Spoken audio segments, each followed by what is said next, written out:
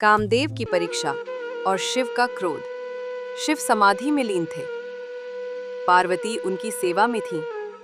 फूल बिछाना, तपस्वियों की सेवा करना और मन ही मन शिव का चिंतन करना। लेकिन देवताओं को चिंता थी, तारका और अन्य असुरों का वध केवल शिव और पार्वती के पुत्र से ही संभव था। शिव का समाधि से बाहर आना आवश्यक था। देवराज इंद्र ने कामदेव को आदेश दिया, शिव की समाधि भंग करो। कामदेव को भय था, पर उन्होंने धन के लिए अपने प्राणों की आहुति देने का निश्चय किया। वसंत ऋतु का आगमन हुआ। वातावरण सुगंधों और मादक हवाओं से भर गया। कामदेव ने अपने पुष्प बाण को शिव पर चलाया। तभी शिव की आंख खुली। उनके नेत्रों से अग्नि निकली। क्रोध के ज्वाला से कामदेव भस्म हो गए। ये घटना पूरी सृष्टि में गूंज उठी। पार्वती भयभीत थीं, लेकिन उन्होंने हार नहीं मानी। पार्वती का तप और शिव का स्वीकृति। कामदेव की मृत्यु के बाद शिव पुनः ध्यानस्थ हो गए, पर पार्वती ने अब ये निश्चय कर लिया था, जब तक मैं शिव को पति रूप में प्राप्त ना कर लूं, तब तक तप नहीं छोड़ूंगी। उन्होंने भोजन त्यागा, फिर जल भी छोड़ दिया। केवल वायु से जीवन धारण कर तप करती रहीं। सालों बीत गए। देवता, ऋषि, मुनि, यहाँ तक कि स्वयं पृथ्वी माता भी उनकी स्तुति करने लगे। अंततः भगवान विष्णु ने शिव को पार्वती की तपस्या के बारे में बताया। शिव एक बूढ़े ब्राह्मण का रूप धारण कर पार्वती के सामने आए। उन्होंने कहा, हे देवी, तुम क्यों शिव को वर चाहती हो? वो तो सदा अर्धनग्न, श्मशानवासी, भूतों के संग रहने वाले हैं।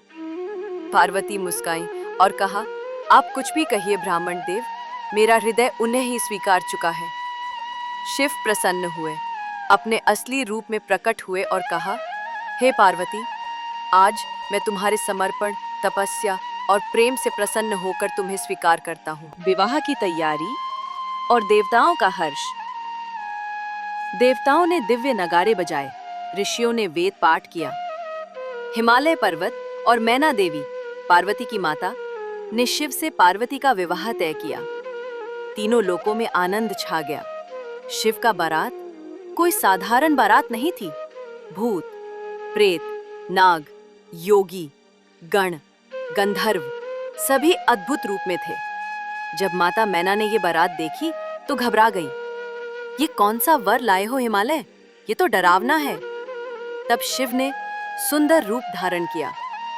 चंद्र को माथे पर धारण किए, शांत मुखमंडल, दिव्य रूप। विवाह संपन्न हुआ, सभी देवी देवताओं की उपस्थिति में। शिव और पार्वती के मिलन से केवल दो आत्माएं नहीं, बल्कि शक्ति और शिव, प्रकृति और पुरुष, सृष्टि और संहार, इनका डिवाइन संयोग हुआ। गृहस्थ जीवन, कार्तिकेय का जन्म और शिव पार्वती का दिव्य संदेश। विवाह के बाद शिव और पार्वती ने कैलाश पर्वत को ही अपना गृहस्थाश्रम बना लिया। ये कोई साधारण गृहस्थ जीवन नहीं था। ये दो दिव्य शक्तियों का मिलन था, जहां जीवन के सर्वोच्च रहस्य प्रकट होने वाले थे। पार्वती ने शिव से संसार के रहस्यों को जानने की इच्छा जताई। शिव ने उन्हें शिव तत्व, योग, तांडव, सृष्टि प्रलय चक्र और ध्यान की ऊंचाइयों की शिक्षा दी।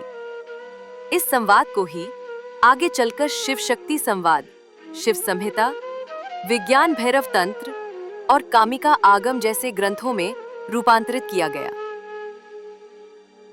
कार्तिकेय का जन्म शिव पार्वती के पुत्र और तारकासुर का वध। एक समय ऐसा आया जब असुर तारकासुर अत्याचार करने लगा।